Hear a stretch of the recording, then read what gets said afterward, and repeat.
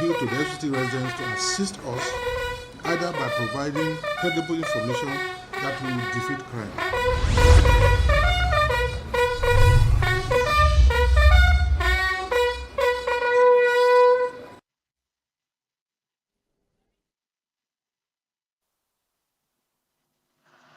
Reports indicate that these are not the best of times for some residents of Abuja, the Federal Capital Territory, as they continue to face security challenges on frequent basis, especially at this time of the year when desperation is at its peak.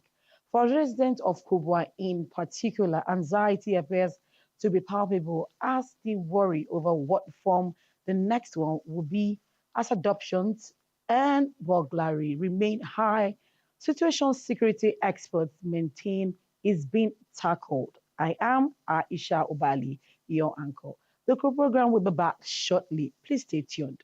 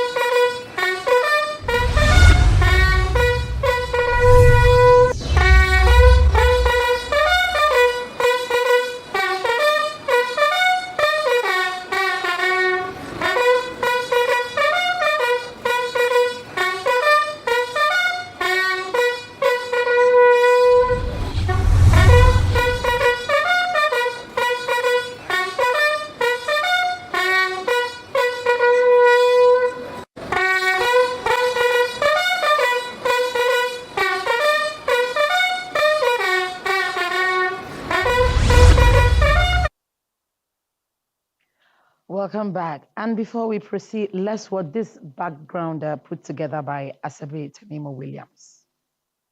Findings show that there are several incidents of security breaches that residents of Kubwa have suffered in recent times, as they appeal for urgent intervention in providing more intelligence-driven mechanisms in the area to checkmate the constant attacks on them. This one chance is becoming more, especially in expressway, is becoming more. If they can look into it, and the situation of this Okada that they are trying to stop in Kubwa, not entering the express road, I think they are one causing more harms now, because if they were caught, they will not allow them to get their Okada back. So without them doing anything, it's making them to be entering people's homes now. So if there's anything they can do to them, maybe especially in time of bus that can shortly within Kubwa, and can reach express, that will not be much for us, because without Okada we cannot trek to express. Before, we used to have little situation of thieves, but now it's getting better. Just that it's overpopulated, but everything is getting better. One chance robbery, kidnapping and land grabbing seem to defy measures as residents blame the resurgence on weak security architecture. We can eradicate the issue of kidnapping, because when you look where those areas or the states where we have high rate of kidnapping, you discover that the terrain, either those who have hill, mountain, thick forest, because they took advantage of those. When they kidnap, they ran into that place. And in solving that problem, I think we need hear raid and surveillance, either with the use of helicopter or drones. But in absence of that, forming this formidable vigilante within the community and bringing all the tribe into the vigilante to form, it will assist a lot. Though the Federal Capital Territory Administration recently distributed equipment to security agencies operating within the territory aimed at strengthening the fight against lawlessness, many still feel information dissemination remains key towards a lasting solution to the problem. In Abuja, Asabe Williams, NTA News. Thank you very much, Asabi, for that report. And our guest today is DP Office 4 Police Station, Kubwa. He is CSP Abubakar Abdul Karim. Welcome to NTA Channel 5 Abuja on Call the Police. Yeah. Yeah, good morning, and thank you very much. It's a pleasure having you on behalf of the Abuja Police Command. Thank you. Now, let's start this way. We know this is the Ember month, one of the Ember months, and this time of the year, as the year winds down, we're looking to Xmas celebration, festive period. Crime and criminality is at its peak. Now, can you tell us what the police is doing, maybe in your area of jurisdiction, what you're doing to secure the environment so that Kubwa residents and people around will ensure that there will be safety now and even during the festive period? Okay, once more, good morning, and it's a pleasure having me on this program. In terms of crime prevention for the Ember months, I know that the Inspector General of Police have given directives to all the commissioners of police, which our Commissioner of Police here in Abuja have already issued an operation order right from the beginning of the Ember months to all the DPOs and the jurisdiction as far as Abuja Metropole is concerned, including the suburbs. And this operation order is to utilize the available resources, both in terms of manpower and the logistics that we have, to be able to see that effectively all tactical teams were able to curb any crime and criminalities in and out around Abuja. Yes. Now, the issue of kidnapping, we know, looking at the way Kubwa is, it's like a mountainous place. The topography of Kubwa area has made it a fertile ground for kidnappers. Let's just say kidnappers. We have other crimes, like she did mention in that report, land racketeering and all that. But kidnapping, one chance, for instance, has continued to increase the rate of one chance. So what is the police doing to be on the top of this menace or to check this menace? I think it is important to educate the public about jurisdiction as to how police operates. In Kubwa area commands, we have about 7 divisions, which includes Pape, Dawaki, Dutse Alhaji, Buhari, Zuba, Biaji, and Kubwa. All of us operate with jurisdiction. I am bounded on the left by Biaji, that accommodates most of the mountainous and hilly areas. On the right, I have a boundary with Dutse Alhaji. But to the public, even on media space, anything on that axis is just Kubwa. So, and I thank God, all the measures, the crime prevention measures I put, because from Federal Housing down to Arab Road, 1 lane of Arab Road, that is where Phase 4 is strictly my responsibility. But to follow up the directives of the Commissioner of Police, in order to be able to checkmate all these petty crimes and the ones that are becoming more of an endemic, like the one chance you talk about, it is just a simple effort as directed by the Commissioner of Police. Has become very clear the exposure of one chance is on the express. I have 3 or 4 major bus stops. This one chance, they are mobile. They can pick somebody from area 1, and the unfortunate destination can be Kubwa. They can pick somebody from Kubwa, the unfortunate destination that they will finally drop the victim will be Mabushi.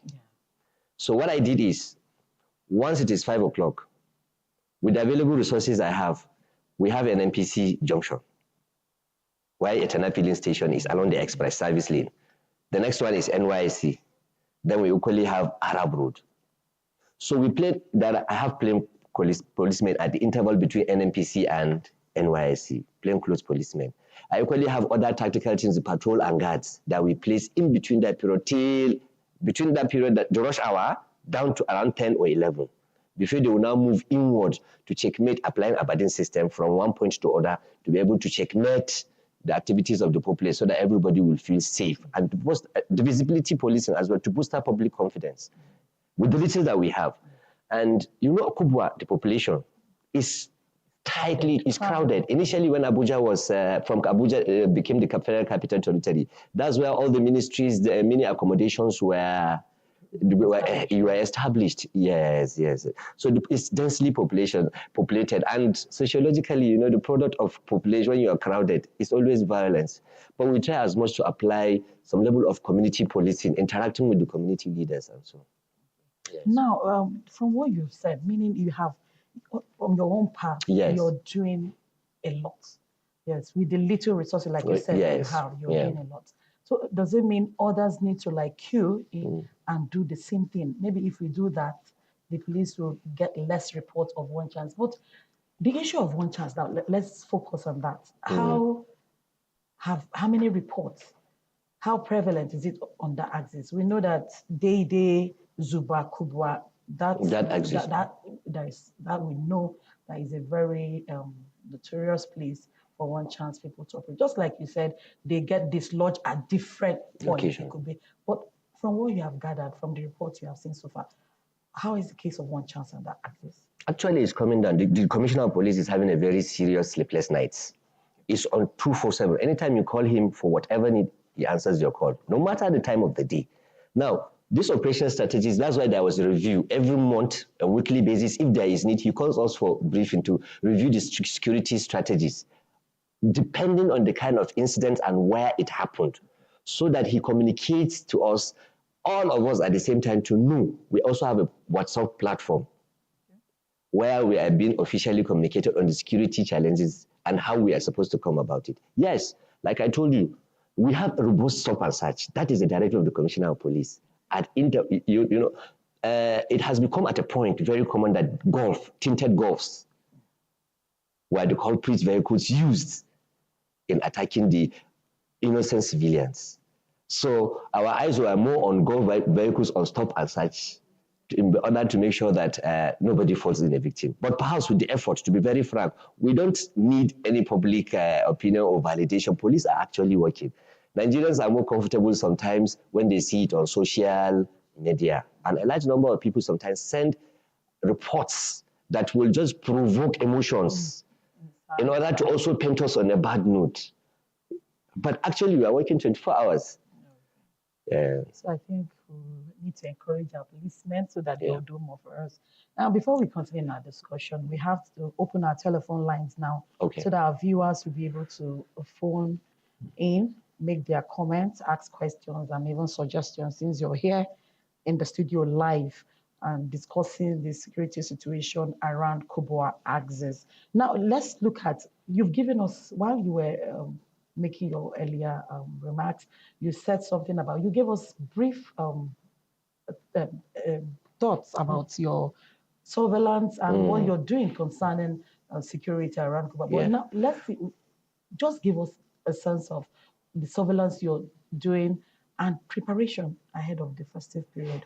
What security preparation are you doing ahead of the festive period? Because I know Kubwa residents are watching, not even Kubwa, Abuja residents are watching. Yes. Like from the background report, you saw a lady was talking and complaining about the Okadas. Now, let me give you a fair assessment of the kind of heterogeneous setting I have as Kubwa. Kubwa have virtually representation of all ethnic groups. Now, like in the Hausa communities, some of them that come from Sokoto, Zamfara, they have an organized community. And a large number of them, they are from Northwest. And I have come to discover, having participated in their various weekly meetings, that some of them have been displaced from their villages. They have no option other than to come to Abuja. And the only means of subsistence or survival is either Keke Napep or Okada. That's what they were called, the motor. Yes, the motorbikes, the Okada, the motorcycles or the Okadas. Now, that is their means of survival. And they have moved into town. It's a complete different life, rural migration, rural-urban migration. Now, another lifestyle. Kubwa is also known for having a lot of, you have brothels, cheap sex workers and stuff. Their focus now changes. Tendency of crime. So that is why we apply more on this issue of community policing. I interact. My office is very open. Now, to follow up with the directive of the Commissioner of Police, there is intensive raids. We conduct intensive raids in uncompleted buildings and suspected black spots. This also sends message across that police are not actually sleeping. But while these things are going on, it's not something we'll come and start publishing for you on media for Nigerians to see we are working or not. Our work, we are public servants. Taxpayers' money, that is our salary. So the best is expected of us, and we are trying to do the best we could without any public validation. It's a godly work, you know. Yes. Is it? Yeah, it is. Okay. We are like angels to God. Yeah. We enforce the orders from God, yes. Okay. We still have our telephone lines open for our viewers to phone in and ask questions. The CSP is here, CSP of Abubakar Abdul Karim, yes, and the DP of Phase 4 Kubwa. Police Station Kubwa. Yeah. He's right here in the studio, and I'm sure he will answer to any of the questions you'll be asking him. Now, let's look at, we're talking about crime in general around Kubwa. What of armed robbery? Because last time we had this program, somebody called and said they were attacked by armed robbers in their house, and they went to the police station to make a complaint, to lay a complaint and report the incident. But unfortunately, they were being asked to pay like some amount of money, which they didn't, because they didn't have that money after being asked to, they were disposed of their valuables, phones and everything. So I don't know, I want you to talk about armed robbery issues. How are you tackling that? Well, police operates within the legal ambit of the law. The procedures that are involved are legally defined. It's not what we want to do. It's what the law says. Everybody has his fundamental human rights. Like I told you, a large number of people can also be very mischievous. Let me give you an example. Yesterday, very early in the morning, I was in the office. Someone employed a boy to work in his bakery. At a point, they were not satisfied. The boy had worked almost 27 days, remaining 3 days with the services. The wife decided to fire him against the wish of the husband, and in the process attacked him. It was visible. His clothes were torn. The case was reported, and it was the husband that reported. But the fact that you have complained doesn't mean that you are the first complainant. We have to view the facts, what happened. It became obvious to us that the woman was actually the one that they are owing. They are supposed to pay him his salary. They refused. They fired him. He came to make noise, which I equally educated the boy later that when you have a problem, don't turn clothes into your hand, come to the police station. We are at service. I try to make it known to all Kubwa residents, to be honest. I don't have an order. My office is always open because we are paid to entertain people's pains. People don't come to police station. I educate my men. People don't come to police station because they come for Owambe or celebration. They come because they have a problem. So we should be very civil. We should be charitable, attend to them. I'm not an armchair officer. If cases are going around, I go to check because I'm to supervise. Because any failure, by extension, invariably, I'm damaging the name of my commissioner of police. So the best of me is expected. You understand? So if you are talking about armed robbery, it's defined. It has to be armed. Common case of burglary, people will start posting even video where armed robbers have attacked us, armed robbers have attacked us. That's raising alarm? Yes. If somebody steals, I am not in a position as a policeman to say he's a thief. My own is to investigate and forward to the court. It's the judge that will say you are a thief. These common things, but the crime prevention schemes that we have on the ground, honestly speaking, we are doing the best. We are putting officers. We are equally supervising them. We have left our emergency line for Kubwa for people to call us at whatever time. We have incident duty officers. You understand? We go around, and with the little vehicles, we make ourselves visible as well. Okay, let's quickly pick this call. I think we have a first caller on the line. Hello? Good morning. This is Call the Police live on NTA Channel 5 Abuja. May we know your name and your location? Sorry, before you continue, may we know your name and location? My name is. Your name is? My name is Taiwo. I'm calling from Kubwa. Okay, thank you, Taiwo, for calling. So go ahead. I want to just welcome the guests over there. They are doing well. But we want them to touchlight some point in the night so that we'll be able to have a good security around. Okay. So that we too can sleep as well. So well done for the job.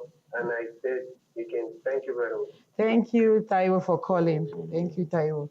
You heard he has applauded the police. He's commending you guys for what you're doing around Kubwa Axis, but you Thank still you. need to Yes. touchlight some areas so that everybody will be sure they are safe and their property. I wish I knew the community he's called from. Yes, It would have been very actually important. wanted to ask, but since he didn't mention that, so maybe next time when somebody calls, we need to know the location, the precise location of that person. Now, how best can Nigerians assist police with information? Because we'll talk about intelligence information all the time. And how will you assure Nigerians of being discreet, that this information they are giving will not lead them to trouble, they are safe, and their identity will be covered when they give very, very sensitive information? Yes, like I told you, the caller that just called now, I think to some extent is a positive assessment. For those that will be very fair. The very first thing, naturally, law enforcement in the world are not being liked. Really? Yes, when you are a law enforcement agent. But the very thing that you do to dilute or change the manner, the mindset, is to be really accessible. Be seen participating, which I do. Like in my communities, I do. Once there's a major problem or there's a problem, I don't send men, I go there myself and interact with them. Now, your question was the issue of confidence on the public in order to give police vital information. There was a time that we have secret police. There was no issue of community policing. Community policing is also internationally based and supported. This community policing, and it is working. That is a particular tool that allows police to educate people to know that they have a mandatory participation in security of their communities. And they are the ones to also decide for the police. This is how we want our community to be policed. They should be very free to render information to us. We don't have any other country. Don't feel anybody is going to betray you. Police is the only organization that have an internal mechanism that checkmate the excesses of its own workers. And you have been seeing it in terms of corruption. The first public relation officer, trials of so many police officers that have been very incivil, that have went to even directly to the cases of assault on media, corruption, have been dismissed. One way or the other, I think we should be commended. We have an internal mechanism that checkmate our excesses.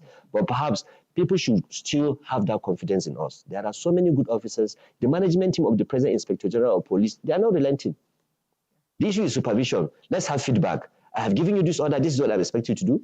And we are doing it, and we are giving instant, hourly, monthly, daily situation reports. Okay, quickly. Yes. Secret police, are they still effective? Are they still in operation? Are they still working? What is it about secret police? They are the plain police. There is a department specialized, state criminal investigation department. You understand?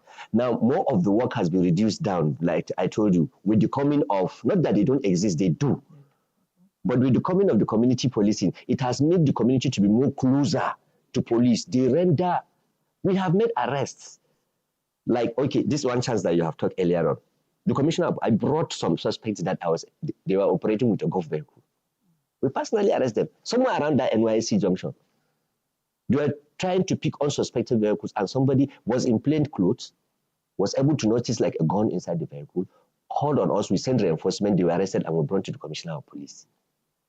When the lady was killed, butchered in a church in Kubwa, it was an information that we got from where? From the chairman of the Okada at Kekena Pep. So they are having more and more confidence. We are being more and more accessible to them, and they know we are trying to protect their right. We're not exploiting anybody. Okay, yes, at this point, to want sincerely thank you for coming on the program, Call the Police live on NTA Channel 5 Abuja. We thank you for coming and sharing your thoughts, and we plead the next time when we call you, you're always obliged. I will. You will. Yeah, it's a pleasure. Thank you so much for coming to NTA Channel 5. Yeah, it's a pleasure. And it's on that note, we're going to conclude this week's episode of Call the Police Live. We'll be speaking to CSP Abubakar Abdul Karim. He is the DPO of Phase 4 Police Station, Kubwa. Join us again, same time, same station. I am Aisha Obali. I will say, have a good day.